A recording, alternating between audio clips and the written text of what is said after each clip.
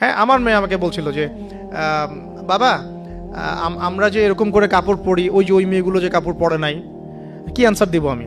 তো বললাম যে আম্মু আসলে তাদের তাদের বাবা মা মনে হয় তাদেরকে এভাবে শিখায় নাই।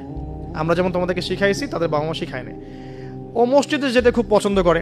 তো মসজিদে যখনই যাই, নিয়ে যান, আপনারাও নিয়ে যাবেন। আর আমাদের সমাজে তো মসজিদে নিয়ে গেলে ধমক দেয়, হ্যাঁ, ডিস্টার্ব হয়। আর টার্কির মতো জায়গায় দেখবেন, টার্কিতে মসজিদে ঢুকলে চকলেট দেয়, গিফট দেয়। নববীতেও, এখন নবী হারামেও ছেলে মেয়েরা দৌড়াদৌড়ি করে খেলে বেড়ায়, মানুষ নামাজ পড়ছে, কোনো সমস্যা নেই।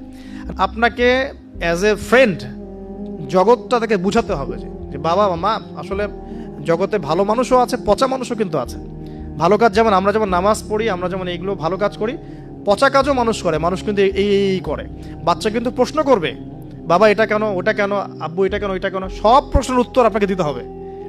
সব প্রশ্নের উত্তর দেওয়ার মতো আপনার ধৈর্য থাকতে হবে। কারণ আপনার ডিউটিটা কিন্তু বাইরে শেষ না, জব সেক্টরে ডিউটি শেষ না। বাসায় ঢুকবেন, ডিউটি শুরু হবে। বাসায় ঢোকার পর ডিউটি শুরু হবে। মেয়ে প্রশ্ন করবে, মেয়েকে নিয়ে ঘুরবেন, কথা বলবেন, তাকে জগৎ চিনাবেন,